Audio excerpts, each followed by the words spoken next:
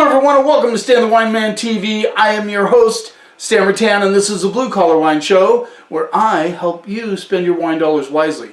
Now, coming up is Thanksgiving, and you talk about wanting to spend your wine dollars wisely. It all depends on who you're having over, right? You're having a whole bunch of young kids, you know, your big family. You probably don't want to spend a huge amount of money on the wines at Thanksgiving. But let's say you're just having a few people over and they're all wine people, you know, and they kind of get into their wine. You might knock it up a few notches. It's up to you, of course. What I'm going to do is I'm going to have fun with this, because what's happened with Thanksgiving, at least what I've been watching and reading in articles, is everybody's kind of going all over the place with wines for Thanksgiving. I mean, I'm seeing a lot of people recommending Bordeaux, which I thought at one time, really, Bordeaux with Thanksgiving didn't kind of make sense to me. And then we see all these other possibilities coming our way. I remember not too many years ago was, you know, Gamay, you know, the Beaujolais Nouveau. It was Pinot Noir and sometimes Zinfandel. These were the main ones in the reds, and then in whites it was Gewürztraminer, Riesling, etc., etc. Well, we're going to just look at some of these wines and see if they possibly could go with Thanksgiving. We're going to start off with a Chardonnay that I discovered recently, and I thought, I normally do not recommend Chardonnay for Thanksgiving, especially the oaked versions, because they tend to, that oak seems to conflict. People still do it, and I've gotten to the point now after years in the wine business that if you want to drink that wine, go ahead and drink it. It's okay with me. It's your money, it's your business, right? I'm just here to recommend stuff. But I did discover this one Chardonnay, and when we were doing a tasting with Jason Lett from Irie Vineyards, and I thought this was the first Chardonnay I ran into that would be, I thought, a perfect match for Thanksgiving. This is the 2018 The Irie Vineyards Chardonnay, Oregon Dundee Hills, and it rolls in at $28. 28 bucks. So you're talking, again, this might be the wine that you have some special friends over for Thanksgiving and you want to, you know, add a little extra. I know the people that were involved in the tasting got really excited about this wine, and I can see why. I mean, Scott and I, my assistant, we really like this wine. 28 bucks, kind of golden color. You can see the gold color on that one. Let's see what we get on the nose. Get a sort of a caramel, a butterscotch. Now you're saying, wait, Stan, you're getting butterscotch? Isn't that oak? Let's taste it first. Get just a hint of apple and pear on this one. Yeah, I like the nose on it. Let's see what we get on the palate.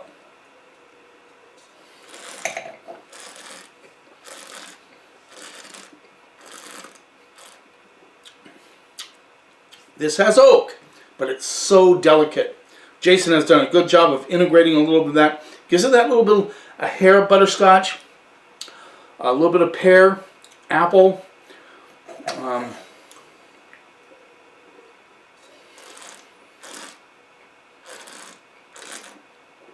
But it's light and fresh and clean.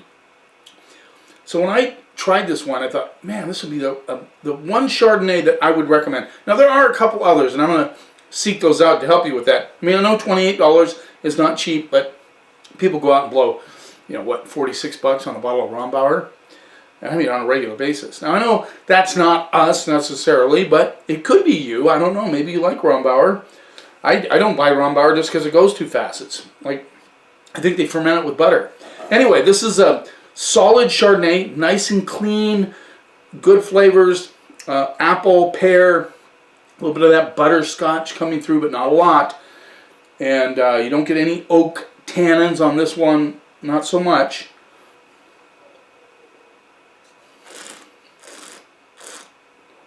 Now, I think Jason did a nice job with this Chardonnay. One of my favorite Chardonnays that I've tried recently.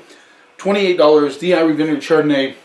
I'm going to go straight up A. I think it's a solid Chard. One of the better ones I've tasted this year so far. Now, let's move on. We're going to do this one last. We're going to do something that I don't know if you guys thought about. Maybe you have. Good for you if you have. This is the Corletto Villa di Corlo, and this is a Lambrusco. Yeah, from Emilia Romagna. No, excuse me, not Emilia Romagna. No, this is a Lambrusco Grasparosa di Castellanetro. Okay, so that's the area that this Lambrusco comes from. That's a mouthful. Whew. Let's try it again. Lambrusco Grasparosa di Castellanetro. There you go. That is the domain of origin. Cool. So Lambrusco. This rolls in at $15. It's a sparkling Lambrusco.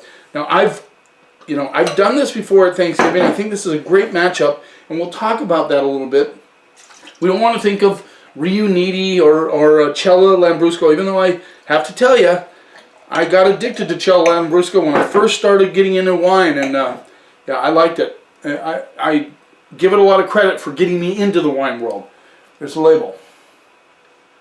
But aside from Riunite and Cella, remember that one? Lambrusco gets pretty serious in Italy. So let's see what we get on the nose. Look at the color on that. Just extremely dark. And we'll talk about why this could work with turkey. Just really sweet on the nose. Almost like I'm getting a little bit of roasted marshmallow, you know, when you burn it on the, not burn it, brown. More golden brown. Definitely some dark cherries, dark currants. Blackberries coming through. You can tell it's sweet on the nose. Let's see what we get on the palate.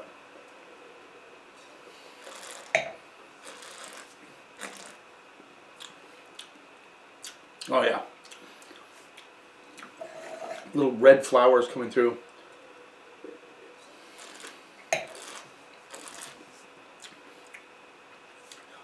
Raspberries. I didn't get that on the nose. Maybe I just missed that. Yeah, it is black raspberries. Not so much blackberry. But man, just a big mouthful of raspberries. A little drier than you would think on the nose. But you see there's no tannins really. It's just a nice, beautiful little blackberry, raspberry coming through. Big hit of it too.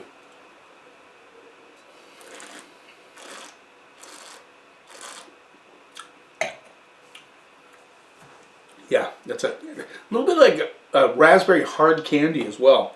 This is a beauty. I really think this will work, especially with the stuffing and the yams and all those, the green bean casserole, whatever it is you decide to have with this. This would be a beauty. This would be fun. It's not a fun wine, but it would be fun to have it at the table. I know I'm going to get some crap for that. No, this would be fun to bring to the table because people may have not thought about having a Lambrusco. This is more serious than Cella or Riunite. It has some depth, some complexity.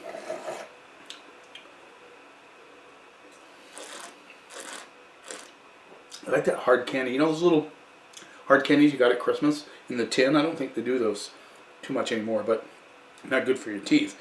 But I love those. This is like a blackberry, raspberry, little just tiny hit of licorice coming through on this. Beautiful wine. Great. This is a great Lambrusco, $15.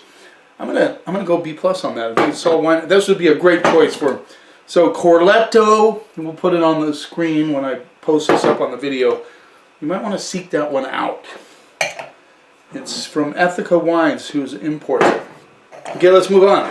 Now, we're going to go to a wine that's very interesting. This is the Garage Wine Company 2017 Pais.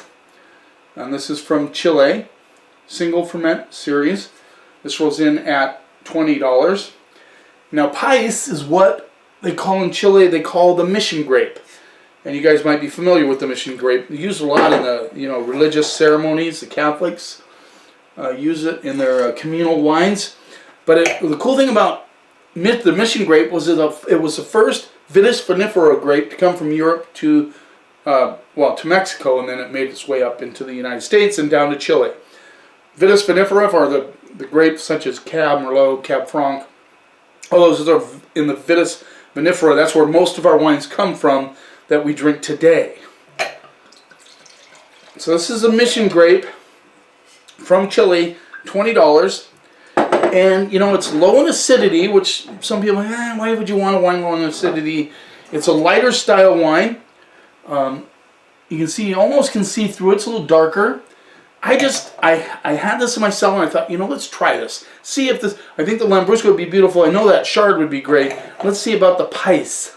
Now, not a lot of people have this. I got this from Grape Expectations. They are in California and in Seattle area. So a little dirty on the nose. Yeah, a lot of dirt action with a bit of leather coming through.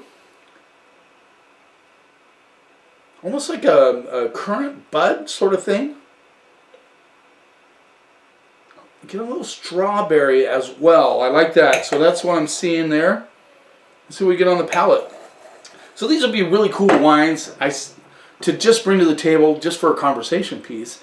Depending on who you have there. If you have a big crowd, you know, everybody's rowdy. Of course, they're not going to pay any attention. But if you have a smaller group, like we're going to have a small group at Thanksgiving, you know, you can talk about these. This is the Mission Grape, you know, it's really cool. So let's see what we get on the palate.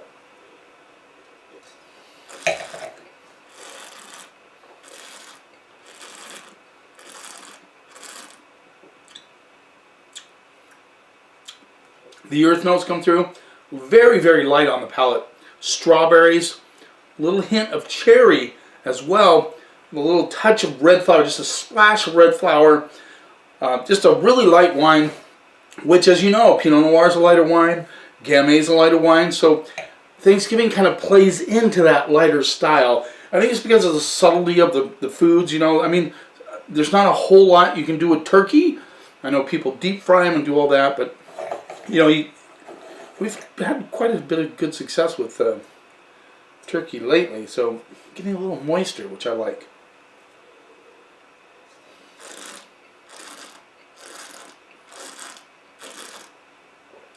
I like the earth notes on it as well. Very light. Some of you might not like this, might not have enough flavor for you. But for those of you who like Gamays, Pinot Noir, especially Pinot Noir from Burgundy, you're going to like this wine. I think it's a great choice for Thanksgiving. It's just really easy to drink. I don't think there's anybody that comes to the table, whether they're a wine drinker, they're not a wine drinker, they could pour this and think, oh, that's okay.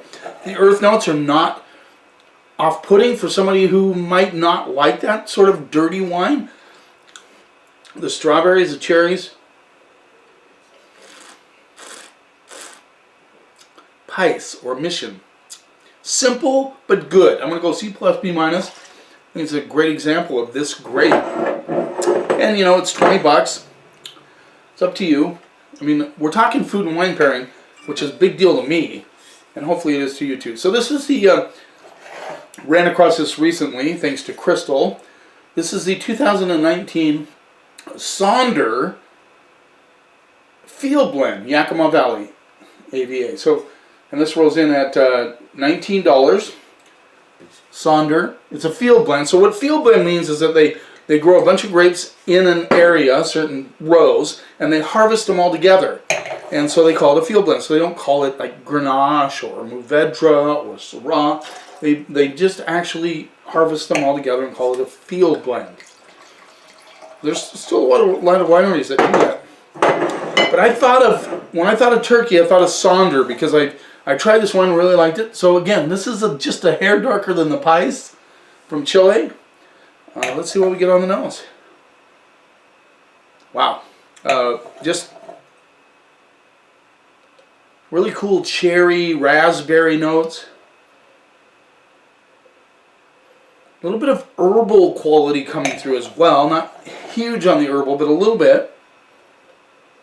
I also get that kind of hard candy aroma, which, you know, I guess maybe my days, you know, my mom would buy a tin of those things, you know, I loved them.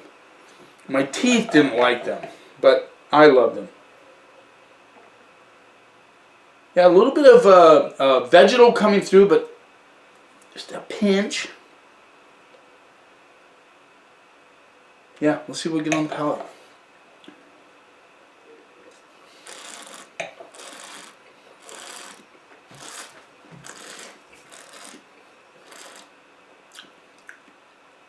Cherries all day. I like the slight red flower notes. Raspberry, cherry. Very light, a little more flavor than the pies, but I just like this wine. My initial trying of it, I go, wow, I got to get some. So I brought some into the store. $19, I think that's a fair price for this wine. Nice mid-palate, grows a little bit, and on the finish, it dries out just slightly. There's no tannins on this. There are, of course, tannins, but they're very, very muted, so you don't get that heavy tannic structure that you probably don't want with the subtle foods of Thanksgiving.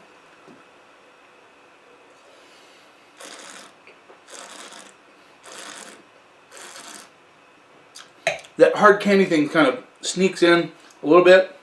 I get a little touch of tobacco, which I really like. You know I like tobacco on my wines. But overall, just a 10 in the delicious category. Nice and mellow, easy to drink, cool wine. I'm going to go B+, A- on that. I really like that one. Okay, let's move on. We'll rinse here.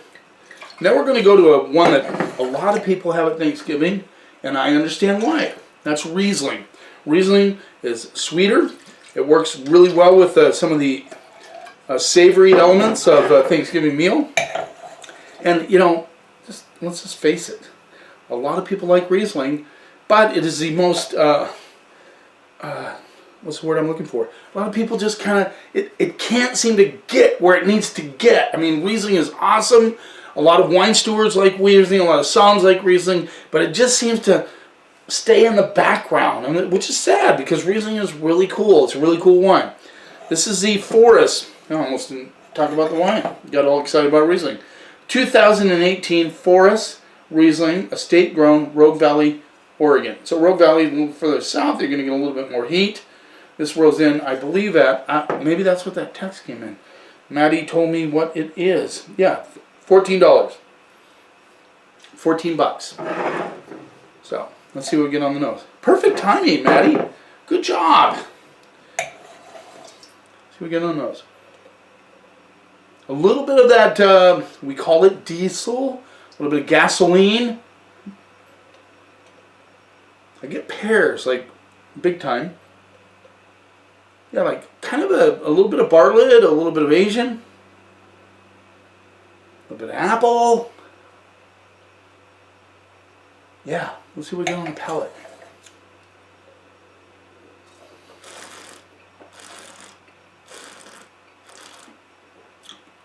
Now, we're going Riesling Geek on you. This is just under golden, a little silver golden. Going a little geeky Riesling here. This has that petrol on the palate. Now, some people might not get that. You might think, well, that's interesting Riesling. What is it? It's petrol. It's a drier style Riesling. Still sweet, but not as sweet as some people like it. Some people like those late harvest Rieslings. I get that. It's like candy. This has a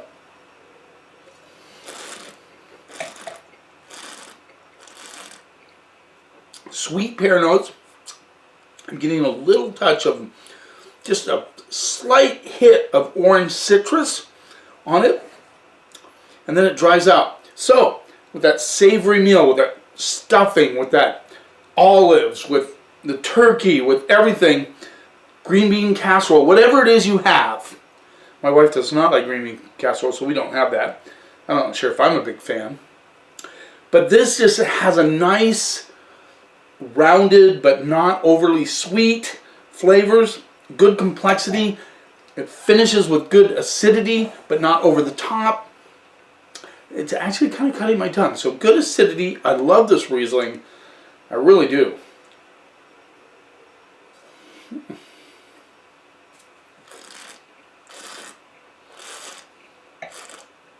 There's some pitted fruit notes too, like peaches, a little bit of apricot with the pear that come through on the palate.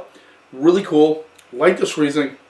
For you Riesling geek heads out there, you're going to like this. 14 bucks, good price. Solid wine. I'm going to go B+, A- on the Riesling as well.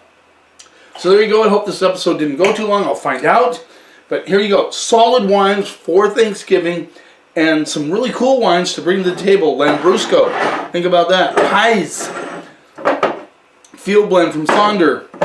One of the few Chardonnays I feel would go with turkey And then, of course, Forest Riesling, a solid, very good Riesling. Thanks for taking a little time out of your day. I know Thanksgiving's coming close. You guys are thinking about what you're going to buy. I hope I'm helping out. This will not be the only episode I do on Thanksgiving wines. You keep watching, and I'll keep helping you spend your wine dollars wisely.